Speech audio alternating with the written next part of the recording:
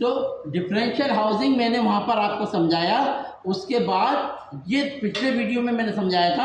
अब आप देखेंगे कि ये जो डिफरेंशियल हाउसिंग है ये हमारे व्हील मान लीजिए आप, और उसके बाद ये एक्सल मान लीजिए, और ये जो पोजीशन दिख रहा है आपको ये हमारा क्राउन व्हील का पोजीशन है, और क्राउन व्हील से पूरी बनी हुई है, हमारा केज बना हुआ, ठीक है।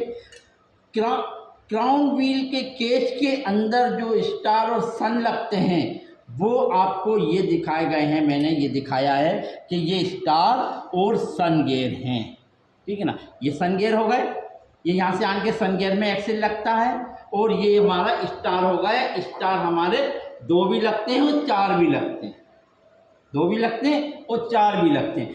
अब आप देखेंगे कि ये स्टार और सन का क्या काम है कि ये टर्निंग के टाइम जब हम ट्रैक्टर को मोड़ रहे हैं उस टाइम पर ये इनका काम शुरू होता है, जो केज के अंदर स्टार और सन लगे रहते हैं। तो आप देखेंगे आप कि ये अभी डायरेक्ट पावर जा रही है और ये हमारा पिछले व्हीलों को पावर आ रही है, ठीक है। अब हमें टर्निंग करना है, तो अब ये स्टार और सन का काम चालू हुआ कि इस व्हील को रोक के हमें इस तरफ टर्निंग करना है।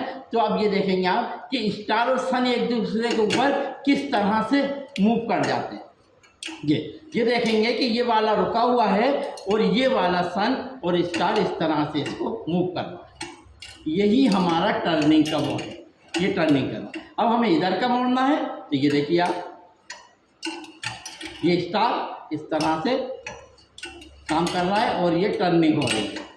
अब इसमें जब हम क्राउन का काम करते हैं तो ये यहाँ पर जो लगे हैं अंदर गियर सन और स्टार, इसमें एक एक कॉपर वाशर लगा रहता है, जो एक तो इसकी हीट को वो करता है ट्रांसफर, दूसरा इसकी जो फ्री प्ले है, 2 गियरों के बीच में हमें प्ले भी रखना ज़रूरी है, जो बैकलैश बोलते हैं अपन, वो जो बैकलैश रखना है उसके हिसाब से वो पॉइंटों के नंबर से वो आते हैं वाशर, उसे हम रखकर और इनकी बैकलैश सेट करते हैं।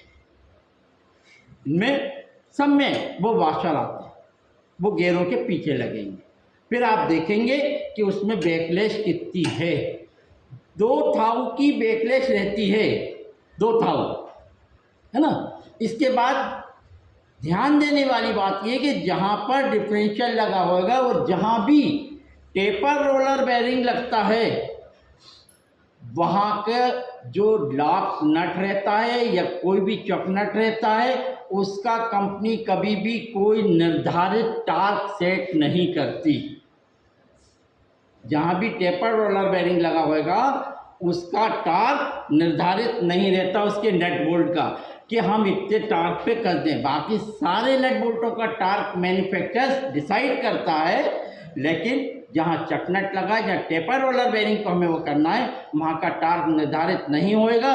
क्यों? क्योंकि हमें फ्री प्ले रखना ज़रूरी है। अगर हम उतने टार्क से कर देंगे तो हम उसकी टेपर रोलर बेरिंग की फ्री प्ले नहीं रख पाएंगे। टेपर रोलर बेरिंग लाना उसमें निकाल दें। ये टेपर रोलर बेरिंग, ये देखिए, ये इसकी ये जो आउटर केज है ये अलग आती है, ये हमें इसके अंदर यहाँ बिठाना होगी जहाँ भी व्हील लगा, और उसके बाद ये शाफ्ट के ऊपर बैठ गए। अब हमें इसको इसमें जब यहाँ पर फिक्स करना है तो हमें इस हिसाब से फिक्स करना कि इसमें प्ले रहना चाहिए। अगर हम एकदम इसको फुल टाइट कर देंगे तो ये जाम हो जाएगा, ये चल नहीं पाएगा, इसलिए ये वो रहेगा। तो इसीलिए जहाँ भी टेपर रोलर बेरिंग लगता है वहाँ का किसी भी चकनट का या नट का जो टाइट करते हैं उसका निर्धारित टार्क नहीं होता। हमें फ्री प्ले के बैकलेस के फ्री प्ले के हिसाब से हमें इसे टाइट करना पड़ेगा और उसको लॉक भी करना होगा, क्योंकि हम निर्धारित टार्क नहीं दे रहा उसका, इसलिए हमें उसको लॉक भी करना पड़ेगा। उसमें लॉक पत्ती आ सकती है, लॉक पिन आ सकती है, जो भी है उससे हमें लॉक करना भी ज़रूरी है उस नट को, चकनट को। वो चकनट भी मैं दिखा देता हूँ अभी। तो देखेंगे आप कि इस तरह का चकनट लगा रहता है और इसमें एक लाख पत्ती आती है, जो लाख पत्ती एक अंदर की तरफ मुड़ जाएगी और दूसरा जहाँ पर हमने इसका फ्री प्ले सेट कर लिए वहाँ पर हम एक लाख पत्ती को इधर मोड़ देंगे। इसके लिए एक पाना इसको बनाते हैं जिससे इस तरह से आप इसको कर सकते हैं। इस तरह ये बनाया हुआ पाना है, मार्केट में वैसे भी आते हैं, तो आप इसको भी यूज़ कर सकते हैं, इस तरह से लगा सकते हैं। तो यहाँ तक के ये क्राउन व्हील का पूरा मैंने आपको बता दिया किस तरह काम करता है। आपके समझ में आया ये सब कंप्लीट पूरा? ठीक है, तो फिर अगर कहीं कोई दिक्कत आए तो आप मुझसे पूछ सकते हैं कमेंट्स कर। धन्यवाद।